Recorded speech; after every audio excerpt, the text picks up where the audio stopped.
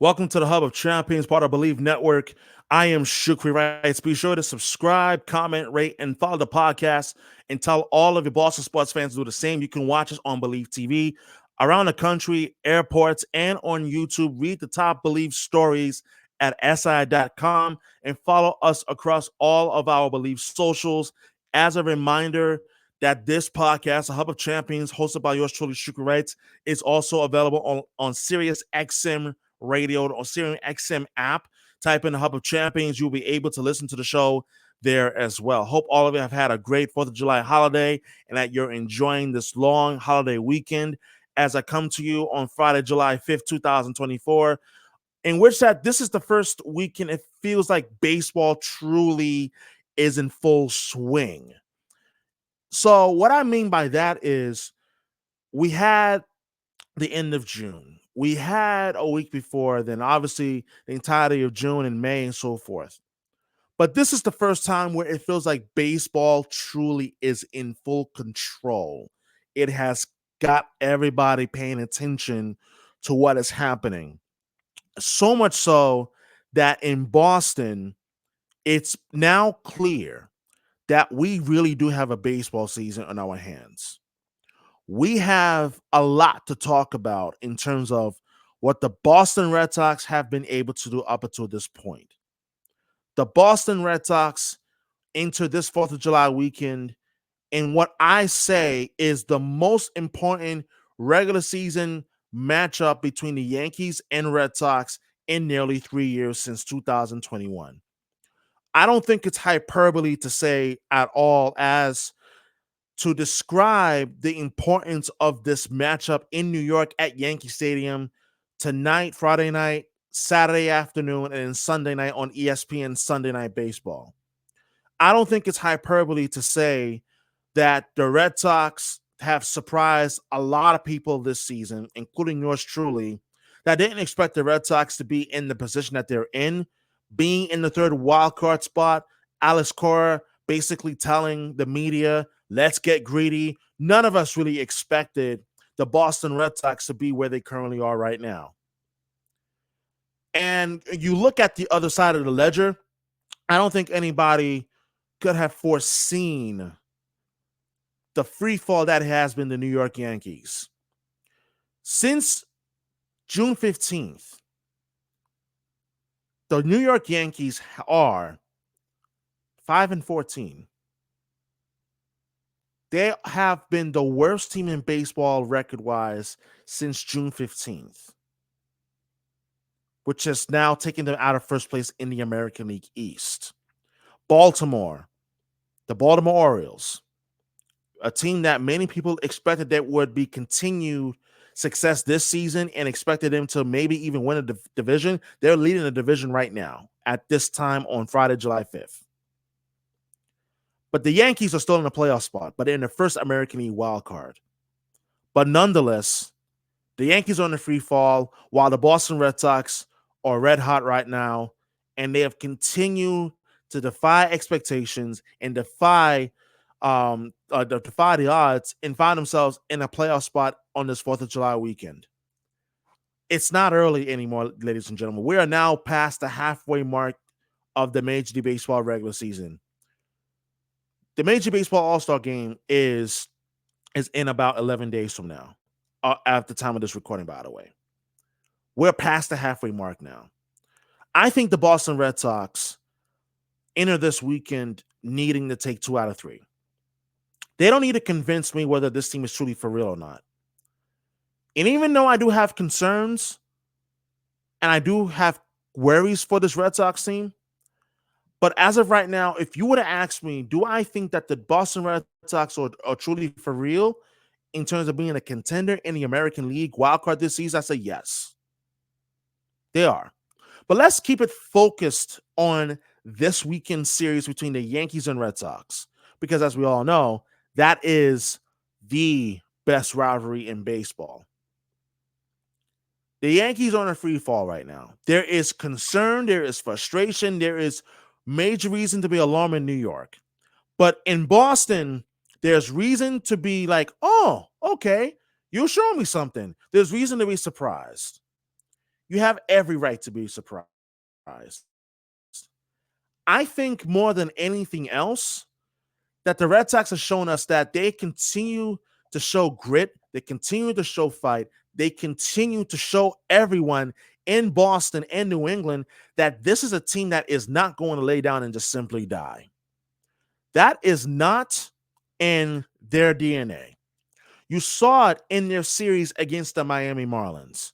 They swept the Miami Marlins, winning yesterday's game 65 in 12 innings.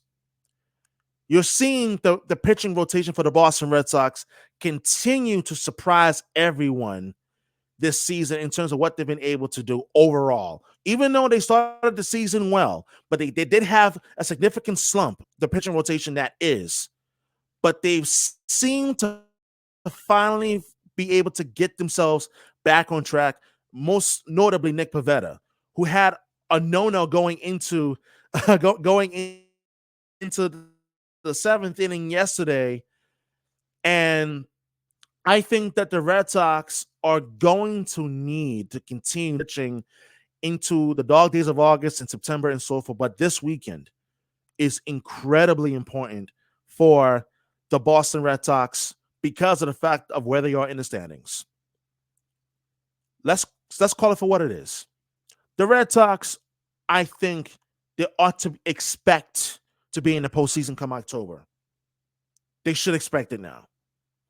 But as I said, they are going to need to absolutely do their part in carrying and not just carrying, but relying on the rotation. I think that in itself is absolutely important because now it's no longer a coincidence what we're seeing from this rotation in the last few days, what you're seeing from Brian Bayo, what you're seeing from Cutter Crawford, and now what you just saw from Nick Pivetta. That in itself is huge. You talk about the extra rest that Cutter Crawford got was absolutely important because if when you think about it, Cutter Crawford, he started the season hot, 1.75 ERA to start the season through the first 8 starts. But over the last 46 and the third innings that he's pitched, he's allowed 34 runs, 28 of them earned, to the tune of a 5.44 ERA. But he has finally got himself back on track with that extra rest, and that allowed him to reset. I think that in itself was important for him, for this rotation, and for this team moving forward, for a team that is going to need to absolutely lean on its starting pitching staff. I think it was absolutely important that Cutter Crawford got back in track. And I mentioned about Brian Bayo. Brian Bayo, he got that contract extension. He pitched on 7 days rest. This was an absolutely huge bounce back outing for Bayo because there were people that were concerned, including yours truly, about the, the trajectory of where Bayo was going. When you talk about how big of a bounce back this was for Bayo, you could say that he could not have predicted that he was going to get a standing ovation in Miami when he exited on the Red Sox 7-2 win over the Miami Marlins on Wednesday. I don't think he could have predicted that. Absolutely not. You talk about Bayo, he pitched 6 2/3 of an inning, 1 run, 7 hits, and 1 walk. He's got good stuff. We all know what Bayo is fully capable of. That's not a question.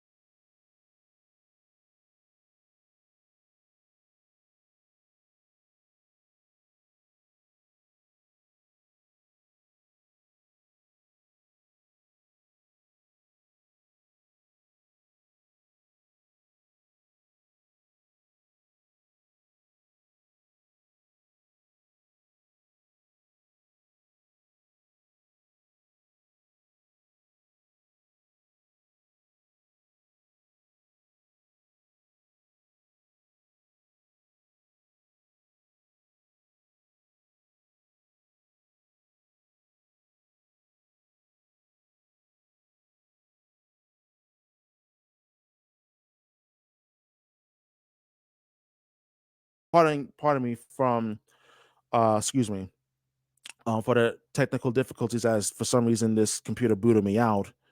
But with that being said, you talk about the importance of what the Red Sox have been able to do in terms of the pitching staff riding themselves, especially in these last three games and whatnot. Cutter Crawford, Nick Pivetta, and Brian Bale. That's been huge, and they are going to absolutely need to continue that process and that trend this weekend against the New York Yankees, in which that right now they are scuffling. The pitching staff has been scuffling, and in which that when you talk about the importance of what the Yankees have been able to do in terms of in terms of just the recent stretch, the pitching staff has been problematic. The Red Sox, they finally got themselves back in just in time for Tanner Hoek, who's starting in the opener of the series tonight for the Red Sox. He's been pitching to a fine-tuned ERA of 2.67. I mean, what more can you possibly ask for? I don't think you could possibly ask for anything more than that. But this series for the Red Sox is huge because of the standings, because of how the pitching has trended, and now they got arguably their ace of the pitching staff in Tanner Hoek on the mound at Yankee Stadium tonight to begin the series. You can't ask for anything more and anything better for the Red Sox than what you currently have going right now. And that in itself is absolutely important when you talk about a team that is rolling right now, that has got all the confidence on the planet, and that should continue to roll, especially as we continue to get closer and closer to the All-Star break. If you have any more thoughts on it, feel free to hit up my social at Shukri Wrights, at SHUKRIWRIGHTS. Coming up next, I want to talk about the number one question that is burning among Bruin fans right now, and that is the contract for Jeremy Swayman. What will it look like, and what should it look like?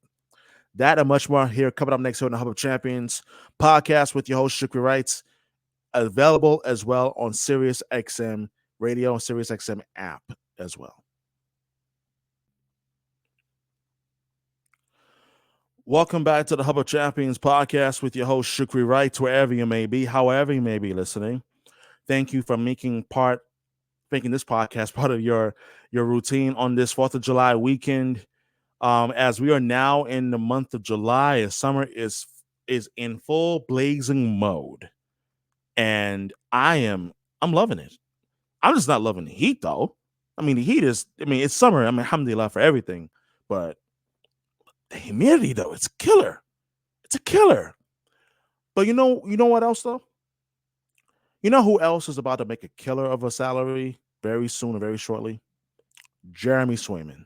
Because I figure I dedicate time on this podcast to talk about Jeremy Swayman, because right now that is the biggest question surrounding Bruins fans and the Boston Bruins organization right now, and that is they have got to figure out the new details for Jeremy Swayman's contract. We know that for a fact that Jeremy Swayman is going to get a new deal. And just real quick, I just had to say this because I realize this, as I'm watching myself here, that if you're watching this on YouTube, forgive me for my face looks very dark, and it looks like you're looking at a silhouette of a face. And I mean, you can see my hands, you can see what I'm wearing, but my face looks dark as hell. But just want to quickly apologize for that. But back to the actual topic at hand, and that is Jeremy Swayman is about to make a killing of a salary very shortly. And the topic surrounding Bruin fans in the hockey world following the trade of Linus Ullmark to the Ottawa Senators is, what will Jeremy Swayman's contract look like coming up next? And for good reason. Because Jeremy Swayman, he is the franchise goaltender for the Boston Bruins moving forward. He's earned that. He has shown that he is ready to become the number one guy in Boston after sharing the net with Linus Ullmark the last couple of years. he's earned that right. And now what we've seen from Olmark has shown all of us what we already knew, that he's ready to be the guy.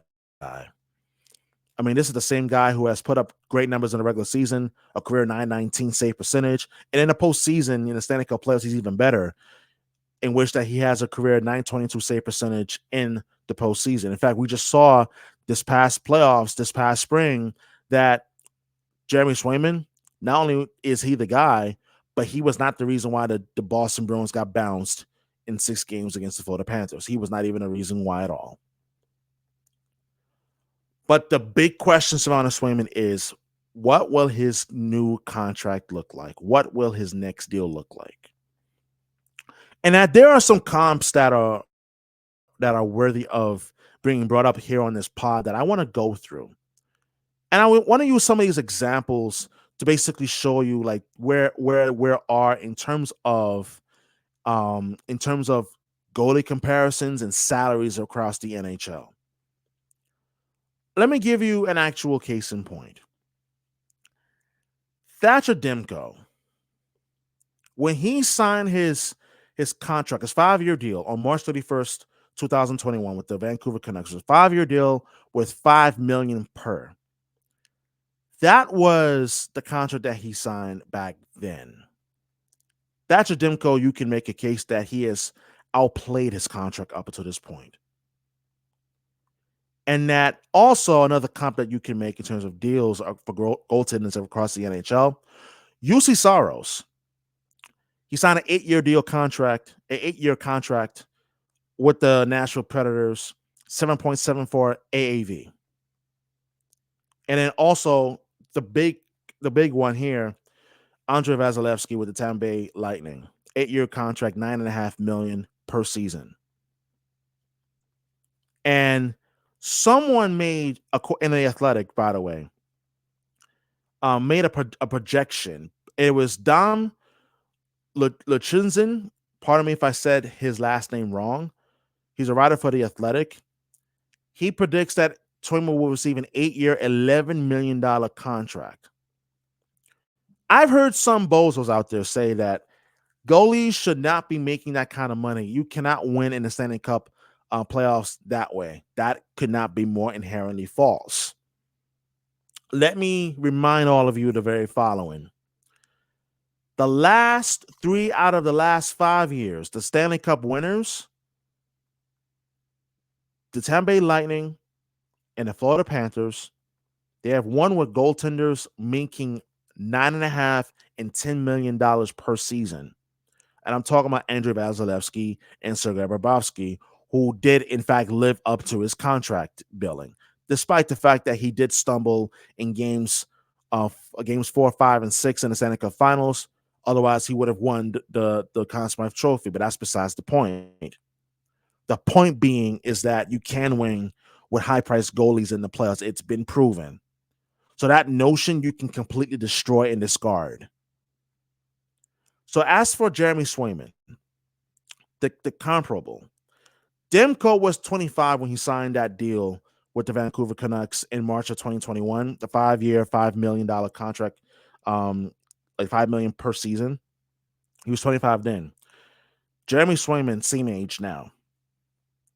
In fact, Swayman, as I mentioned, he's put up better numbers in the postseason than in the regular season and the postseason than Thatcher Demko. Thatcher Demko has had 4 playoff appearances. Okay, fine. 985 save percentage. But in 20 playoff appearances for Swayman, he has 20 in his career, 922 save percentage. In 132 regular season games, he has a 919 save percentage. So by those numbers in itself, you could say that Jeremy Swayman merits more money than what Thatcher Demko is getting in his $5 million per season deal.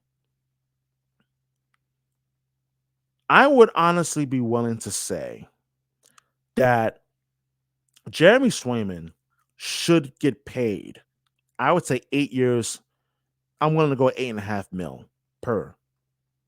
I would pay him more than what Jordan Bennington is getting paid, more than what Jacob Markstrom is getting paid, more than what John Gibson is getting paid out in Anaheim. And the truth is, I look at Swayman as that guy who not only can win in the regular season, but he's also shown you his ability to be able to win in the playoffs. And an 8-year, $60 million contract, that I think would be the sweet spot for Jeremy Swayman. But I still think it could be 8 years, $64 million. I could really envision that happening. Would it surprise me if Jeremy Swayman got that kind of deal? No, it should surprise absolutely nobody. And when you think about this as well, and this is why I think that kind of number would be significant, because throughout Jeremy Swayman's career, up until this point, Jeremy Swayman has had to share the net. It was first with Tuukka Rask, it was then with Yaroslav Halak, and then with Linus Ullmark. He's never been a season-long number one goaltender. He's been a number two his entire career. And as I just mentioned, he's basically played with three guys, two of which were true number one goaltenders, in Tuukka Rask and Linus Ullmark. Showing him that kind of money shows that the Boston Bruins are truly investing in Jeremy Swayman, saying, hey, you are the number one guy moving forward. Even though we did go out and acquire Korpisalo in the Linus Ullmark trade with the Ottawa Senators, but you are truly the number one guy now. And some might say that, well, 8 years is a gamble. It's scary. No, it's not. No, it's not. It's not scary. Jeremy Swayman is entering the prime of his career. He's 25 years old. This is the time you make that kind of deal, when he's entering the prime of his career. You lock him up during his prime years. So for me, you give him the 8-year, $64 million contract. That in itself is worth the investment. He's passed every check mark with high marks and high grades, including in the postseason. And when you tell me about, you talk about everything that you want in a goaltender, there it is. So if you're the Boston Bruins, this is the time that you absolutely go all in for Jeremy Swayman. And here's the thing. According to Don Lutrusizin, pardon me if I said his last name correctly, he's of The Athletic. He projects that his contract will be 8 years, $11 million, which will be more than what Vasilevsky is getting paid and more than what Sergei Bobrovsky is being paid, both of whom are in Florida, by the way. I just think that at this moment in time, I think that it would be shocking if the Bruins invested that kind of money into Swayman, but I think it's time. I personally think that he's going to get 8 years, eight years and 8 million per. But I sincerely do believe that he is going to get paid.